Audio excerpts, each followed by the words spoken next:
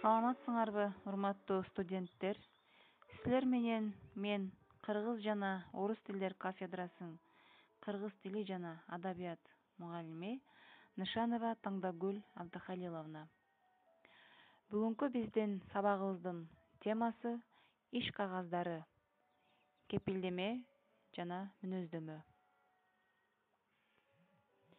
Сабактын максаты: иш кагаздарын мамлекеттик тилде иш жүргүзүү боюнча терең түшүнүк берүү менен бирге ар биринин реквизиттерине токтолуу жана үлгүсүн үйрөтүү.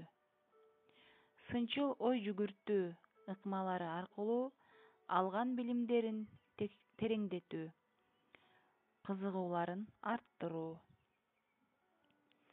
Иш кагаздарынын түрлөрүн салыштыруу менен алардагы айырмачылыктарды, окшоштуктарды таба билүү, сүйлөө речин өнүктүрүү, жан дүйнөсү таза, акпейил инсандардан болууга багыт берүү, иш кагаздарын туура пайдаланууга тарбиялоо, атуулдук сезимдерин калыптандыруу.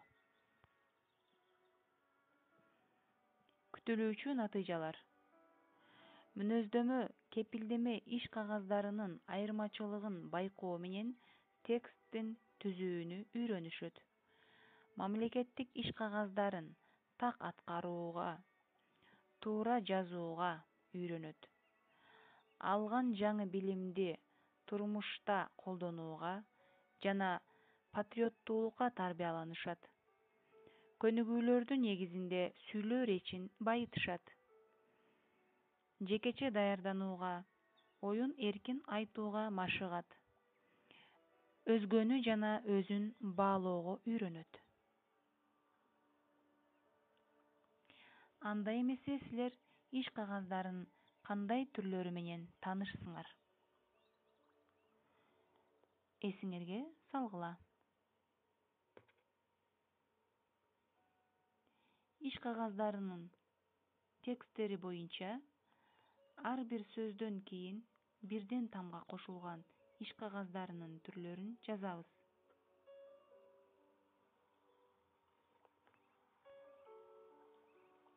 Мисалы, акт 3 тамга боло турган болсо, андан кийин арыз 4 тамгадан турат. Дагы биз кандай иш кагаздарын өттүк эле? 5 тамгадан турган кандай иш кагаздары бар? 6 тамгадан турган кандай иш кагаздары бар? Эсибизге салып жазабыз.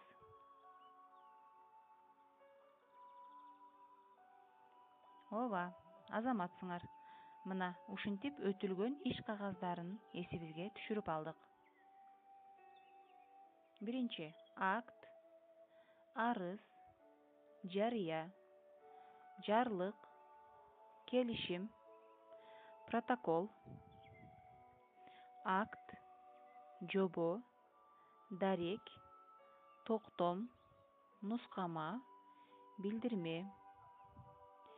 Биз бул иш кагаздары менен таанышып чыкканбыз. Ал эми кепилдеме жана мүнөздөмө жөнүндө бүгүн таанышабыз.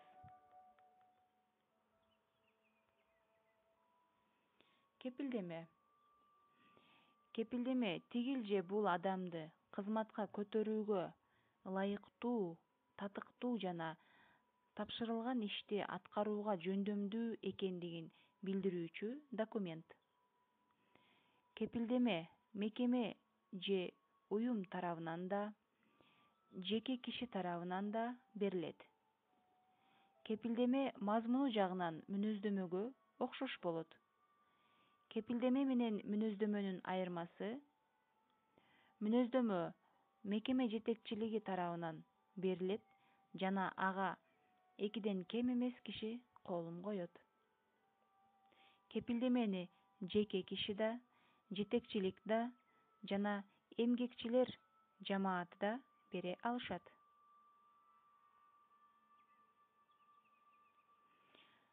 Биз бул жерде кепилдеменин реквизиттерин көрүп турабыз. Биринчи реквизитке иш кагазынын аты кепилдеме жазылат. Андан кийин текст жазылат. Текстте эмнелер жазылат? Кепилдеме берген адамдын аты жөнү же мекеменин аталышы, кепилдеме берилип жаткан адамдын аты жөнү, кайсы мезгилден бери аталган уюмда иштеп жатканы, кепилдеме берилип жаткан адамдын өз кызматына жасаган мамилеси, коомдук иштерге катышуусу, кепилдеме алып жаткан адамдын коомго, дүйнөгө болгон көз карашы, кепилдеме алып жаткан адамдын үй бүлөсү жөнүндө кыскача маалыматтар берилет. Үчүнчү, кепилдеме алып жаткан адамдын кызматындагы, өнөр тармагындагы же илимдеги ийгиликтери жазылат. Ал эми төртүнчү реквизитке кепилдеме берүүчүнүн кызматы, аты жөнү жана кепилдеме алып жаткан адамдын сөз болуп жаткан кызматта иштеп кете ала тургандыгы жөнүндө ишеничи жазылат. Бешинчи реквизитке кепилдеме жазуучунун кызматы жазылат. Алтынчы реквизитке кепилдеме берүүчүнүн колу. Жетинчи реквизитке кепилдеме берүүчүнүн аты жөнү жазылат. Ал эми сегизинчи реквизитке кепилдеме жазылган датасы жазылат. Мынакей кепилдеменин реквизити 8 реквизиттен турат экен. Биз кепилдеме менен таанышып чыктык. Бул жерде кепилдеменин үлгүсү менен таанышсаңар болот.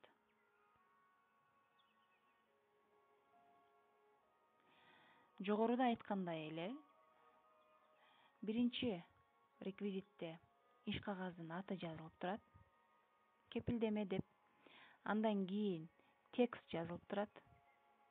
Андан кийин үчүнчү реквизит кепилдеме алып жаткан адамдын кызматындагы жана өнөр тармагындагы илиминдеги ийгиликтери жазылып турат. Төртүнчү реквизитте кепилдеме берүүчүнүн кызматы, аты жөнү жана анын ошол кызматта иштеп кете ала тургандыгы жөнүндөгү ишеничи жазылып турат. Бешинчи кепилдеме жазуучунун кызматы жазылып турат.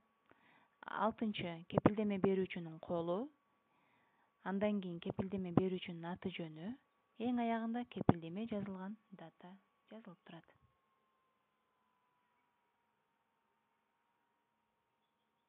Биз силер менен кепилдемени толук түшүнүп чыктык десек болот. Эми мүнөздөмөгө көңүл бурабыз. Мүнөздөмө кызмат адамына анын иштеген иши, окуусу, жалпы жүрүм-туруму, ишке болгон мамилеси, адистиги боюнча объективдүү маалымат берүүчү документ. Мүнөздөмө 3 бөлүктөн турат. Кызматкердин эмгек ишмердигинин аталган уюмда качан башталгандыгы, аткарган ишиндеги өзгөрүүлөр жана башкалар туурасында маалыматтар берилет. Андан кийин аткарган кызматына карата болгон мамилеси, ишмердүүлүк жөндөмдүүлүгү, билимин жогорулатуусу, коомдук иштерге катышуусу, кул мүнөзүндөгү өзгөчө сапаттар, үй бүлө шарты, жолдошторуна, эмгек жамаатына жасаган мамилеси, алган сыйлыктары жана жазалары сыпатталат. Ал эми акыркы бөлүгүндө жыйынтык чыгарылып, мүнөздөмөнү талап кылган жерге эмне максат менен бергени жазылат жана жетекчинин колу, мекеменин мөөрү басылып, талап кылган жердин дареги көрсөтүлөт. Мүнөздөмөнүн 2 түрү болот: өндүрүштүк мүнөздөмө, мүнөздөмө жолдомо.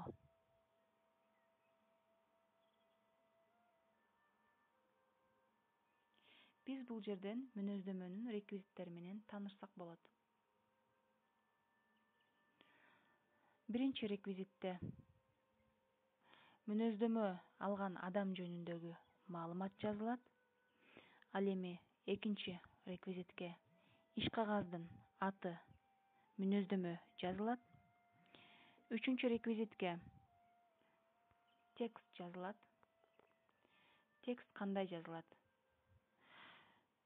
Мүнөздөмөлөп жаткан адамдын аты жөнү, анын аталган уюмда качантан бери кандай кызматта иштеп жатканы, кызматынын аткарган жумушунун же окуусунун жалпы сапаты, ага болгон мамилеси,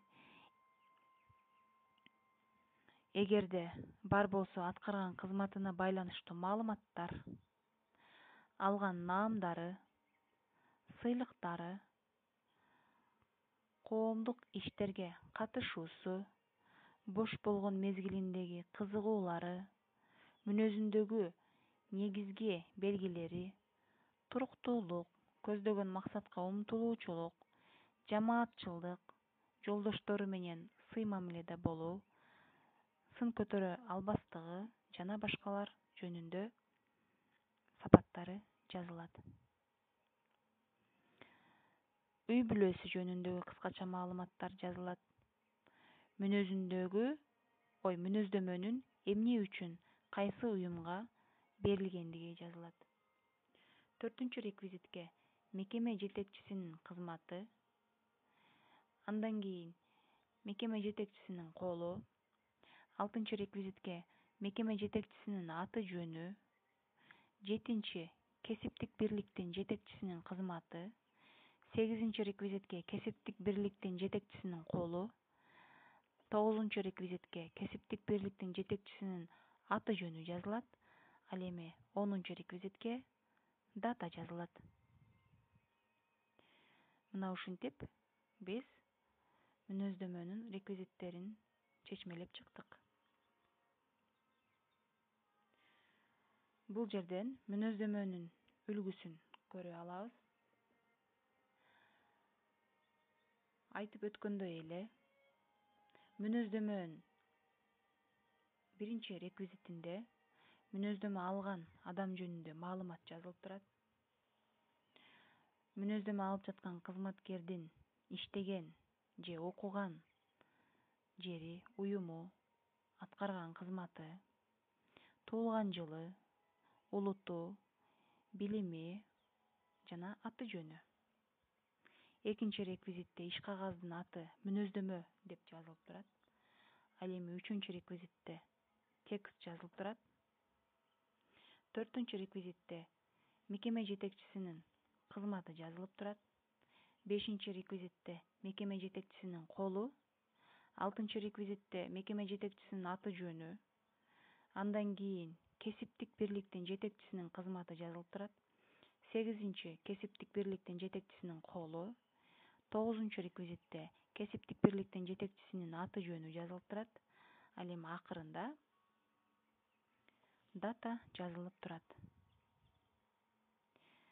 Биз мүнөздөмө жана кепилдеме менен таанышып чыктык. Силер иш кагаздарынын кепилдеме менен мүнөздөмө жөнүндө бир канча түшүнүктөргө ээ болдуңар. Азыр өз алдыңарча отуруп, кепилдеме жана мүнөздөмө жазсаңар болот.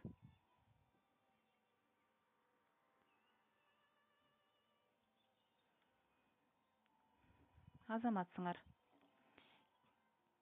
Келгиле, темабызды бышыктоо иретинде кластер ыкмасын түзөлү.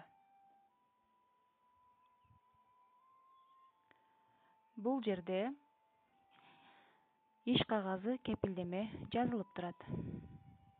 Кепилдеменин мүнөздөмөгө окшош кепилдеменин оң сапаттары жазылат.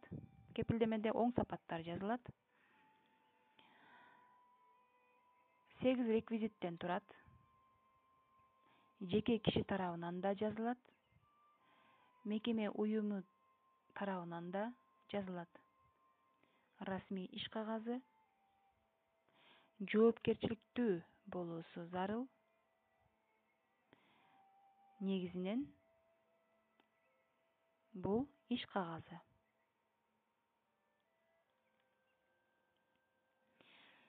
Эки иш кагаздарынын окшоштуктарын жана айырмачылыгын баса белгилеп салыштыралычы? Кандай окшоштуктары бар экен жана кандай айырмачылыктары бар экен? Кепилдеме менен мүнөздөмөнүн айырмачылыктарын жана окшоштуктарын салыштырабыз. Мүнөздөмө оң жана терс сапаттары жазылат. Кепилдеме оң сапаттары жазылат. Кепилдеме 8 реквизиттен турат.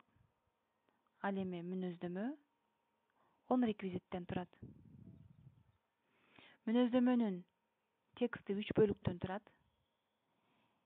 Кепилдемеде жеке киши тарабынан да берилет, мекеме, уюм тарабынан да берилет. Үй бүлөсү жөнүндө кыскача маалыматтар жазылат. Ал эми мүнөздөмө менен кепилдеменин окшоштуктарын карап көрөлү. Мазмуну жагынан окшош, экөө тең иш кагаздары, экөө тең реквизиттерден турат. Расмий иш кагаздары, күнү, жылы, айы жазылат, аты жөнү жазылат, мактоо иретинде жазылат. Анда эмесе бүгүнкү сабагыбызды жыйынтыктап алалык. Демек, иш кагаздарын колдонуу чөйрөсү өтө кеңири. Ал коомчулуктун бардык институттарында, бардык мекемелерде, ишканаларда, уюмдарда чектөөсүз колдонула тургандыгын билдиңер. Кепилдеме жана мүнөздөмөнүн айырмачылыктарын, окшоштуктарын, реквизиттеринин жана алардын жазылышы жөнүндөгү маалыматтарды алдыңар. Кепилдеме жана мүнөздөмөнүн текстиндеги ойдун нускалуулугу, мазмундуу чагылдыруудагы логикалуулугу жана айкындыгы текст ичиндеги сүйлөмдөрдүн түзүлүшүнө, сөздөрдүн айкалышына жана сүйлөмдөрдүн формасына жараша боло тургандыгын байкадыңар. Силер бул жерден кепилдеме жана мүнөздөмө иш кагаздарына мүнөздүү айрым сөз жана сөз тизмектеринин кыргызча жана орусча сөздүгүн көрүп турасыңар. Мүнөздөмөгө тиешелүү болгон сөздөрдүн орусча сөздүгүн жаттайсыңар. Жана ошондой эле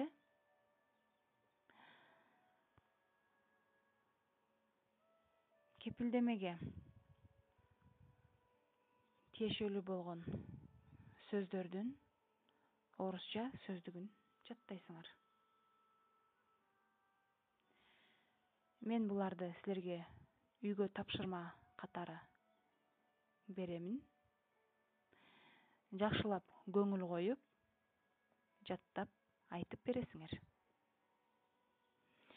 Бүгүнкү сабагыбыз ушуну менен соңуна чыкты. Көңүл бурганыңар үчүн чоң рахмат. Кайрадан жолугушканга чейин саламатта болгула.